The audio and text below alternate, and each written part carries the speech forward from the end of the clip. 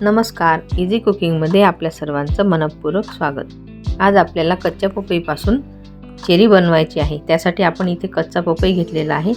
तो आधी सोलून घ्या किंवा मग अशा फोडी करून सुद्धा सोललं तरी चालेल। त्याचे बी आणि आतमधलं जे आहे ते सर्व पांढरा भाग काढून टाकायचा आणि साल सुद्धा काढायची आणि आपल्या आवडीनुसार अशा छोट्या बारीक फोडी करून घ्यायच्या। आता बारीक फोडी केलेल्या आहे, त्याला भरपूर चीक असतो, त्यामुळे आपल्याला आधी हे पाण्यात टाकावं लागणार। आपण कापलेल्या सर्व पपईच्या फोडी थंड पाण्यात भिजत घातलेल्या होत्या, ते 2-3 मिनिटच ठेवायच्या। आता आपण उकळतं पाणी केलेलं आहे आणि त्यामध्ये ह्या शिजवून घ्यायच्या, अर्धवट शिजवायच्या।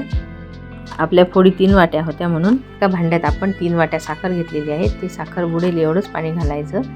आता त्याचा चांगला पाक होऊ द्यायचा। नंतर आपल्या इथे फोडी उकळत आहेत, अर्धवट शिजल्या म्हणजे आपण त्या चाळणीवर निथळत ठेवू।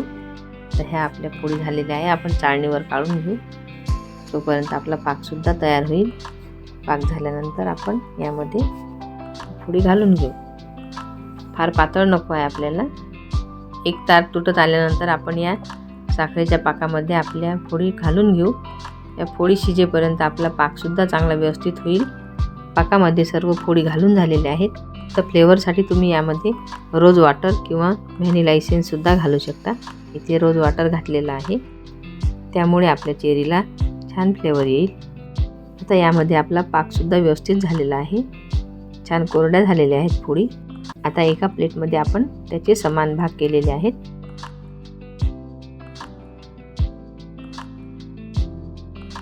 त्यामध्ये आपल्या आवडीनुसार रंग टाकायचे।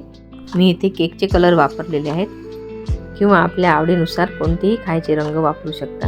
आणि एकत्र करून झाल्यानंतर आपण ह्या सर्व वाट्या वेगवेगळ्या ठेवलेल्या आहेत। अगदी चटकदार रंग दिसणारी अशी आपली चेरी किंवा टुटी फ्रुटी तयार झालेली आहे। तुम्हाला जर माझी आजची रेसिपी आवडली असेल तर माझ्या व्हिडिओला लाईक करा, शेअर करा, कमेंट्स करा। तसेच अजूनपर्यंत माझ्या चॅनलला सबस्क्राईब केलं नसेल तर सबस्क्राईब करा। सोबत बेल आयकॉनला क्लिक करा, त्यामुळे तुम्हाला माझ्या नवीन आणि चमचमीत रेसिपीज बघायला मिळतील। पुन्हा भेटू अशाच नवीन व्हिडिओमध्ये।